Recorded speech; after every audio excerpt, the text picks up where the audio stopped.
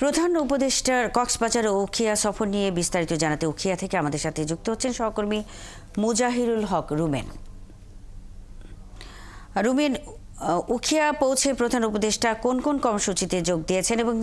জাতিসংঘের মহাসচিবকে নিয়ে রোহিঙ্গা ক্যাম্পে যাবেন কখন?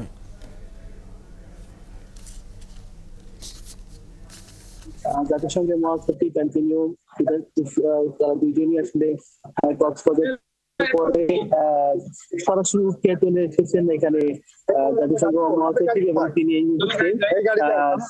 Rohingya learning centre learning centre পরিদর্শন করছেন এবং তাদের যে শিক্ষা ব্যবস্থা, তাদের যে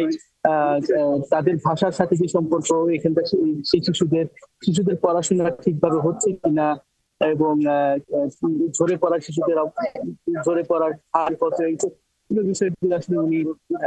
জানার চেষ্টা করছেন এবং এই স্কুলগুলো যারা পরিচালনা করে থাকেন তাদের সাথে কথা বলছেন। এখান থেকে কথা বলার পরে তিনি চলে যাবেন থেকে প্রায় 1/2 কিলোমিটার দূরে পাহাড়ি পথ, তিনি সেটা কালচারাল সেন্টার পরিদর্শন করে তারপরে তিনি যাবেন হচ্ছে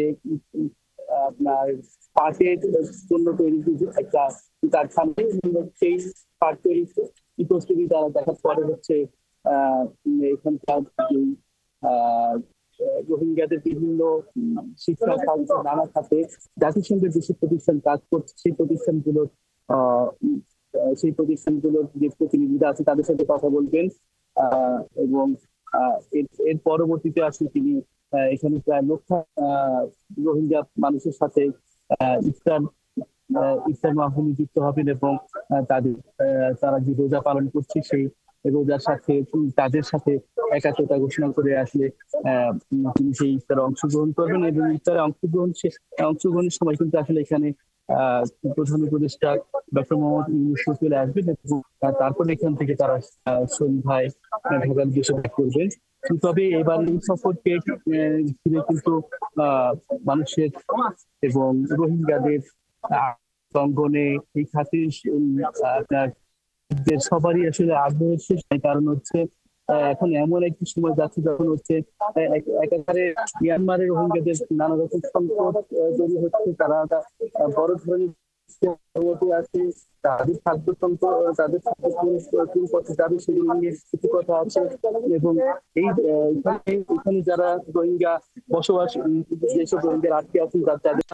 চেষ্টা হচ্ছে দীর্ঘদিন ধরে তাদের যে মাথা পিছু খরচ, সেই খরচ কিন্তু অর্ধেকের নিচে নেমে এসেছে, যেটি ছিল $12.5, সেটি কিন্তু $6 নিচে নেমে আসার আশঙ্কা করছে। সেক্ষেত্রে তাদের শিক্ষা, স্বাস্থ্য, চিকিৎসা, পরিবেশ সবকিছুতে কিন্তু একটি বড় প্রভাব পড়বে এবং সেই প্রভাব আসলে পুরো মানে শুধু বাংলাদেশ নয়, এর আশপাশের দেশগুলোর জন্য ঝুঁকিপূর্ণ। একই সাথে মিয়ানমারের যে পরিস্থিতি চলছে সেটিও আসলে সবার জন্যই একটি অ্যালার্মিং। এই পুরো বিষয়গুলো খতিয়ে দেখা এবং এইসব সংকট সমাধানে বিশ্ব নেতাদের সাথে আলোচনা সবকিছু মিলে এবং চলতি বছরই আপনার একটি রোহিঙ্গা সংকট নিয়ে আন্তর্জাতিক সম্মেলনের আয়োজন করতে যাচ্ছে বাংলাদেশ এবং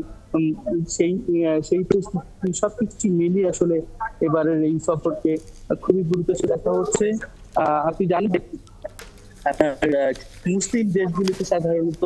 জাতিসংঘ মহাসচিব তিনি গত বেশ কয়েক বছর ধরে আপনার এই রমজানে সফর করে থাকেন এবং বিভিন্ন জায়গায় আসলে সেই রমজানের যে তাদের যে ধর্মীয় যে অবস্থান তার সাথে একটা একাত্মতা ঘোষণা করে তাদের সাথে